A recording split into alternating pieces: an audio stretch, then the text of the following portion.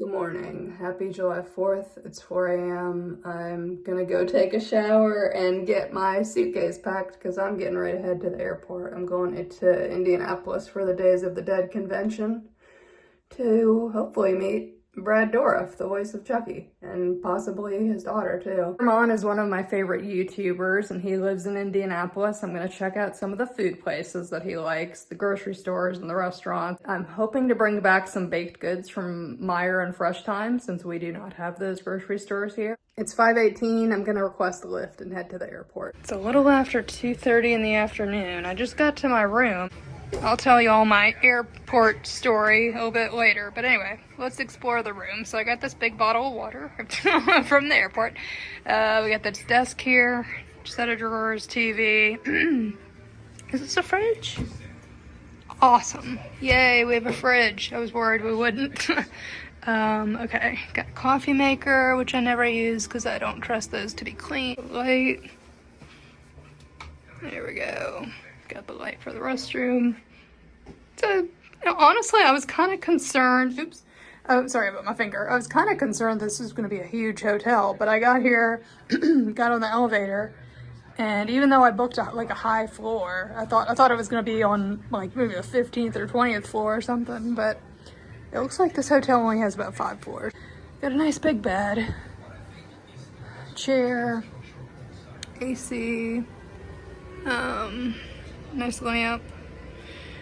And yeah, I did I did ask at the front desk, of course, if I could order DoorDash. So I'm honestly like famished, starving, whatever you want to call it, all the things. This morning I got to the airport about 2 hours ahead of the time that the plane was supposed to leave. And they let me on the plane early. This is like the second time recently that I've gotten help, even though I don't necessarily need help getting down the jetway, the jet bridge, whatever they call it. I've had them escort me down the jet bridge because it seems like the staff is more likely to help me if they hear it from another employee. And once I got to Dallas, they got me a meet and assist, and this guy wasn't that great at it. So the meet and assist showed up, and first he started walking behind me, and I'm like, no, I'm gonna follow you. That way I can see you in front of me and I know where the heck I'm going. So I told him I needed to go to the restroom, so he led me over there, and he waited for me outside. So I asked him what was around there because I wanted to be able to get my bearings and, I don't know, find out if they had any food places that maybe we don't have at home. So I asked him what was right in front of us, and he's like, oh, that's just a snack place. I'm like, okay, well, what's down the hall to my left? And he's like, overpriced food, and a Starbucks. So at this point, as you can imagine, I really don't like this guy's attitude. So I told him, you know what, I've got my bearings, I'm gonna be fine from here. He's like, oh, you want me to, you don't need me anymore? I'm like, no, that's fine, I got it. And so I didn't go trekking down the hall to see what they had. Actually, not too long after I got out of the restroom, they ended up calling for people to board the plane to Indianapolis. So the flight to Dallas was about an hour and the flight to Indianapolis was about an hour and a half. When I got here, I ended up just kind of sitting at one of the gates for a little while, just checking my phone for messages and updates and stuff. And then after about a half an hour, I walked into this little convenience store and I got myself that big bottle of water I showed y'all. And I'm hopefully this will, last me through Saturday morning. So I asked the lady at the convenience store how to get to the ground transportation. And she was like, oh, that's quite a walk from here. I'm like, oh, okay. I've never been here before. I had no idea. As far as the signs here, the numbers on them are big enough for me to see and there's enough contrast. But like the overhead signs are written extremely small. I had to pull out my monocular, and even with the monocular, I could barely see it. And I'll admit, I did not bring the best working monocular with me. I brought this little cheap keychain one I got off of Amazon. I don't know. It's got a brand name on it. I can't really see it that well, but I think it's a black and orange monocular with a little keychain handle, like I said. And so I kept walking, kept trying to follow the signs that said ground transportation, and I eventually saw a security guy sitting at a desk. And so I stopped to ask him. I said, you know, hey, I can't see very well. Can someone help me find my lift? And he said, sure. So he called somebody on the walkie-talkie. So eventually this lady showed up, and it's a good thing. It's a good thing I had help, because I had no idea how massive this Indianapolis airport is. They told me there's 2 terminals. We had quite a bit of walking to do, and we had to take 2 different sets of elevators to go down 2 levels to the parking garage, pickup area. I don't know what you want to call it. Anyway, so I requested a lift, and at first the lady goes to what she thinks might be my lift. But it seemed like the guy came over and he talked to me, but I think he was looking for somebody with a different name, and I wasn't 100% sure if he was the right driver. So he started walking back to his car, and the lady's like, oh, let me go check again. Because I guess she wanted to check with him again to see if maybe like the name had changed and maybe he was now supposed to pick me up. So she comes back with the same guy, and she's like, yeah, this is him. I'm like, okay. So he picks up my suitcase and he puts it in the trunk, and as he's putting it in the trunk, I'm like, okay, well, let me check the license plate just to make sure. So I'm using my magnifier, looking at the license plate on the app, and the lady's telling me, oh, he's a nice guy. And I'm thinking, lady, you don't know him and I don't know him. Like, I want to make sure you're getting me in the right car, you know? And so thankfully the license plate matched up. It was quite a ride to get over here. It was about, I think it seemed to take at least 20 to 30 minutes. I was actually originally thinking possibly of going to Cracker Barrel tonight to check out the Halloween stuff, but I know there are a million other channels that have already shown that stuff for Halloween. So I thought, you know what, I'm tired from it being a travel day, so I'm just gonna settle in and order some food. And I totally forgot that restaurants are closed for the most part on July 4th. But one of the places, by the way, I am catching up on Peter's vlogs. One of the places that he likes is an Italian place called Maggiano's. So I ordered from them. I'm supposed to be getting some spaghetti with meat sauce and a pretty decadent apple dessert with ice cream. I don't normally treat myself, you know, that much, but you know what? It's also my birthday month, so why not? It's 3:52. I just got my food from Maggiano's. They put the spaghetti in one bag, the apple pie ice cream thing in the other bag. I'm probably just gonna eat at least part of the spaghetti and definitely the ice cream tonight because I don't want it to melt. In this little bag, they ended up having Parmesan cheese, which I put on my spaghetti, and I think these are a bunch of little things of butter, possibly. As you probably guessed, this is an insanely large amount of food, so I only finished about half of it. So I'm gonna put the rest in the fridge and probably eat it cold tomorrow. 10:33 at night. For about an hour now, I've been hearing what sounds like firecrackers or fireworks, but I don't see anything out there in the distance as far as that's concerned. Oh, I think I might actually see, yeah, I think I see lights from cars on the bridge. Oh, wow. That's not something I normally see, as you can tell. So it's kind of amazing to me that Morning, it's Friday, July 5th. I just got breakfast delivered from Cafe Pas de Choux. So I have a waffle with syrup, a fruit cup, and a small coffee. It's 8 a.m. when I posted the video of my breakfast. It's 9 a.m. now. I showered. I conveniently washed my hair yesterday, so that way I didn't have to worry about even bringing the shampoo and conditioner with me. So it looks very cloudy and gloomy outside. The weatherman keeps talking about rain today. I'm hoping it's not going to be raining cats and dogs, because like I said, I was hoping to go thrifting. Scrolling around on DoorDash yesterday, I discovered a place called Cookie Plug. It's similar to Crumble Cookies. Now, I haven't researched them well enough to know if they change their lineup every single week, but I was so tempted to order like the full-size cookies and attempt to bring them home. but I decided to go ahead and order like these little mini cookies. I don't remember off the top of my head what the specific name they call them is, but I'm gonna get the mini cookies delivered this afternoon, and I might not even eat any of them. I might just hopefully be able to put them in my purse and bring them home tomorrow without any trouble. Also hoping to get a delivery order from Fresh Time so I can bring some of their baked goods home. It's about 10:30. I hear a little bit of noise out there, but it's not directly hitting the windows, so I'm not sure if it's rain. But I'm gonna go downstairs and check it out and see if I would feel comfortable venturing out to the thrift store. So here's a look at Broad Ripple Vintage. When you walk in, all the clothes are to the left, and there's a big glass countertop to the right, and a ton of stuff behind the glass countertop that I really couldn't see aside from just little specks of color. You got some earrings right there on the countertop, and some sunglasses inside the case, and some little mini posters hanging up. And then we get to the clothes.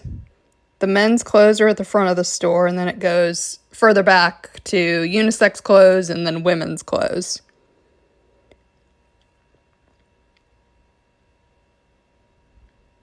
It's a very hippie-ish themed store. There's some nice looking hats right there. It's a very hippie-ish themed store. They play the Doors music. There are a ton of posters back there. I didn't look through those. I didn't feel like having to transport posters back home. I was a little bit discouraged by the fact that a lot of these clothes are not at eye level, and there were only 2 employees working that day, and sometimes they'd have up to 5 customers in the store, so I did not want to monopolize the staff members' time by asking them to take down every single thing from the top rows for me to look at, so I just looked at the stuff that was at eye level. And here are some handbags, and there are the 2 fitting rooms that are in the store. And then this back row, you see there are the women's clothes, shoes, lots of dresses. They don't have things organized by size. They have them organized by sleeve length. And here is one of the fitting rooms. I didn't realize that there were going to be so many mirrors in there. So I was very much worried about accidentally touching glass or accidentally pressing on glass. It took me a while to find a hanger for these 2 dresses. I tried on the sequin one. It was too small. And then I also picked out this flowery one to try on. It's 1:12 in the afternoon. I just got back from thrifting from, what is the name of this place? Broad Ripple Vintage. I only got a couple things. I got a dress and I got a purse. This is the dress. It's kind of a loose, flowy, hippie-ish dress. I wasn't 100% sure how it looked on me. I love the colors and I like the flowiness of it. There's a chance it's going to be too big on me once I do lose weight, but it was only like about 25 bucks, so I figured I'd get it. And then this is the purse. It's black and it's got studs and fringe and several pockets, and she told me it's got a long strap with studs. Oh, here they are, the studs. It's got a long strap with studs on it. Tell y'all in a little while about my experience at Broad Ripple Vintage and the creepy Lyft driver who drove me back to the hotel. But first, I'm having a late lunch. I got food from another restaurant Peter recommends. It's called Piata. And I got an avocado, I think it's called an avocado wrap. And then I got a salted caramel cookie that I'm gonna bring home to a friend of mine. So as I was waiting for a Lyft to pick me up from Broad Ripple Vintage, the employee working there and we got to talking about how important it is to be safe as women. And, you know, you gotta make sure you're in the right Lyft and all this stuff. And so she actually came out with me when the car got there to make sure that it was the right one. And so I got in the car and it seemed like the conversation was going well at first. So pretty quickly into the conversation, he asked me, married? And at this point, my red flags are going off and I'm like, yeah. So, you know, I'm thinking, oh my gosh, like, is this guy just trying to make polite conversation or is he looking for a date? You know, because not only has that happened to me before, but if you go on social media, you'll see other stories of women who had similar instances with people. So I said, yeah. And he followed that up by asking me, babies? I'm like, soon. So then he tried asking me another question and I couldn't really understand it.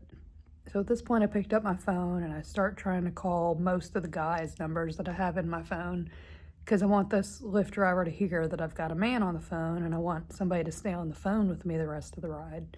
Well, it turns out none of the guys picked up the phone.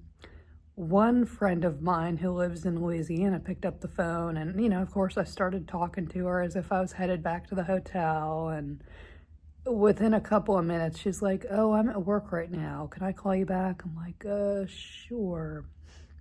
So I got off the phone with her, and thankfully, you know, we rode in silence the rest of the time, and the guy did drop me off at the hotel.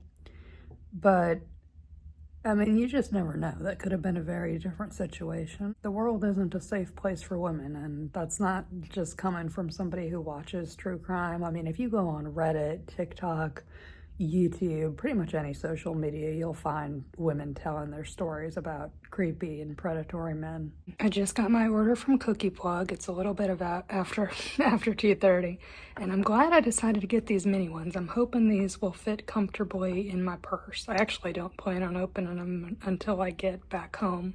It's around 2:45. The Instacart app says that the guy delivered my Fresh Time order, but it's not outside my door, so I'm gonna go downstairs and see. Hopefully he just dropped it off at the front desk. It's 3 o'clock. I went downstairs a little while ago to see if my groceries were at the front desk, and they were not there. So I'm on the chat line with an Instacart representative. I'm hoping she'll be able to give me a refund. While I was chatting with Instacart, they said they were going to give me a $45 credit for my order that never got delivered. And a friend of mine ended up calling me around that same time, and I accidentally exited out of the Instacart app. And so I go back in to check the chat, and at first it says we've credited $45 to your account, and then under that it says we've credited $5 to your account. And I'm thinking, oh no. And even in the chat they had asked me to stay connected with them. So I guess since I didn't stay connected, they weren't going to give me the $45 back. They just gave me $5. But while I was going downstairs, I did see where the line is for the convention. So I'm gonna charge my phone and then probably head down to wait in line in about half an hour to an hour. All right, it's about 4:15. I'm sure there's a line already. I'm gonna bring my purse, and I'm gonna bring this Chucky DVD cover, or Blu-ray cover. It's for the 7 movie collection. It's yellow, so I figured I'd be able to see an autograph better on this than on the original artwork. Editing Christina here. I wanted to recap the evening of the convention. So I got downstairs in line to get into the convention. I got in line around 4:15, stood in line with a bunch of people, kind of made a little bit of chit chat. A bunch of them had been to other conventions before. And I'm pretty much a convention newbie. You know, I didn't really start going to these things until my late 30s. So they let us in at about 5 p.m. and got up to the sign-in table. I really thought they were going to want to scan my QR code, but all the woman did was ask me for my name. So I gave her my name, and she looked it up. She found me listed there. She handed me a green armband, bracelet, whatever you want to call it. I didn't see anybody with those on. I didn't put mine on because I don't really know how to do that. And she also handed me the pre-purchased autograph card, because I had pre-purchased a professional photo op and an autograph from Brad. And like I said, I'm not that familiar with conventions, so I thought that whenever people buy these photo ops and these autograph tickets, that's all there is to the convention. There's nothing else. So I walk around a little bit, just in the hallway. I didn't go into any of the rooms, but I heard that the vendors and the actors and all these different people were in various rooms around the hotel. So it was a bit of a maze, and I just so happened to accidentally find the line for Brad Dourif, which it was an extremely long line. It was pretty much wrapped all the way around the hotel. Everybody ended up showing up on Friday is what it was, that I found out later. So I got into his line at around 5:30. And a little bit after 6 o'clock, I'd say, they let us into the autograph room. So the way that the line was supposed to go is they were supposed to have VIPs go first to meet him, and then all of us with the pre-paid autograph cards, and then the general public. And I didn't have a VIP ticket. I just had a general admission ticket plus the autograph card.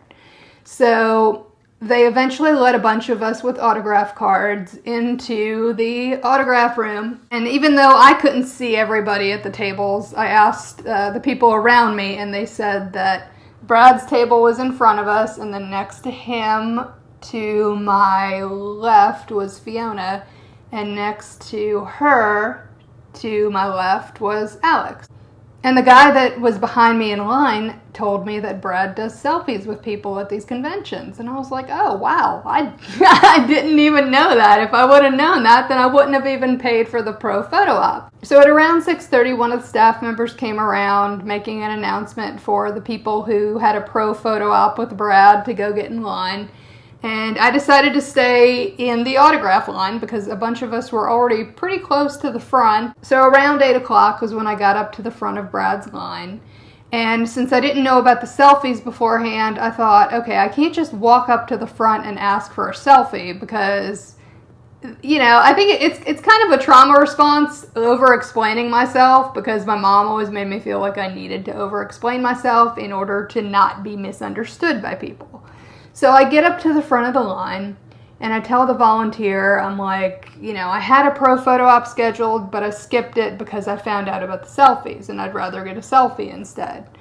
And she's like, oh, I don't know if we can do that. You'd have to ask her. And I'm thinking, oh, geez. So I walked up to the handler, and she asked me what I wanted to get. And I had my autograph card in my hand and my Blu-ray cover, so I showed her the Blu-ray cover, said I wanted to get this signed.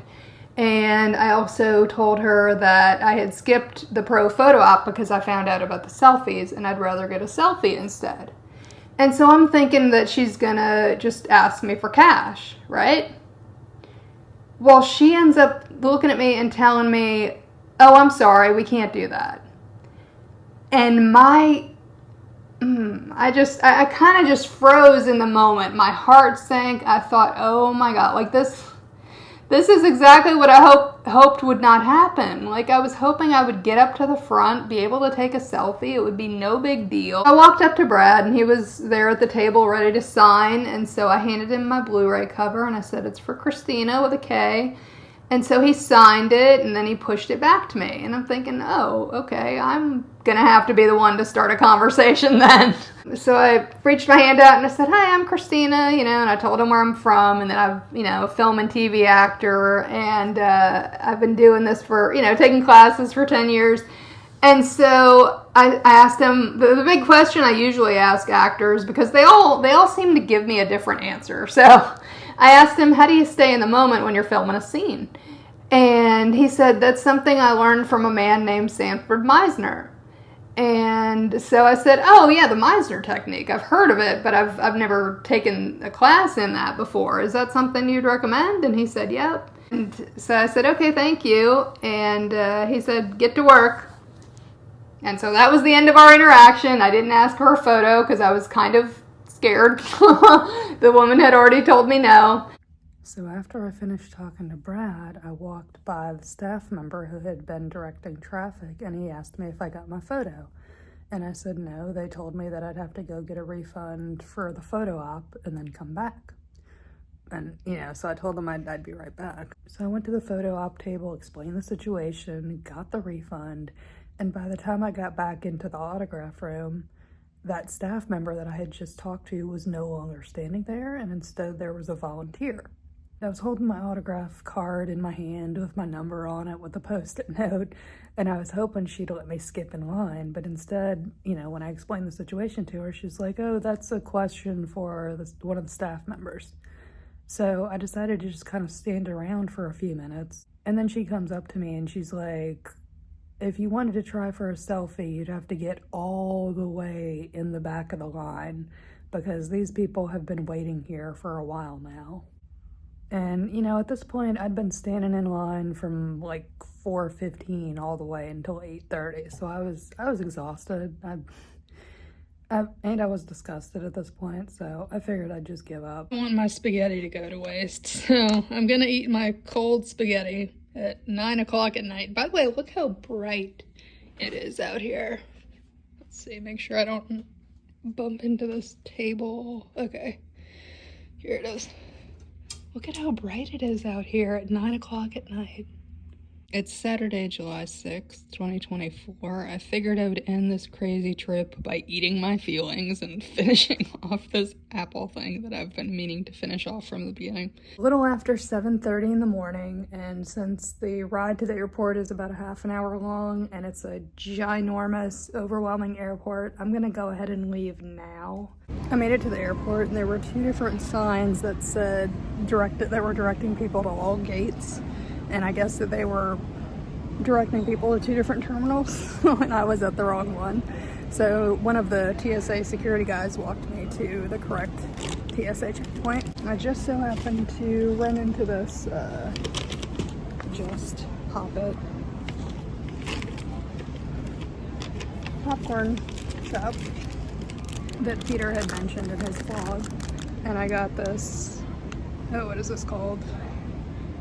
It's got like a mix of, it's got a mix of blueberry, cherry, and I think white chocolate or something.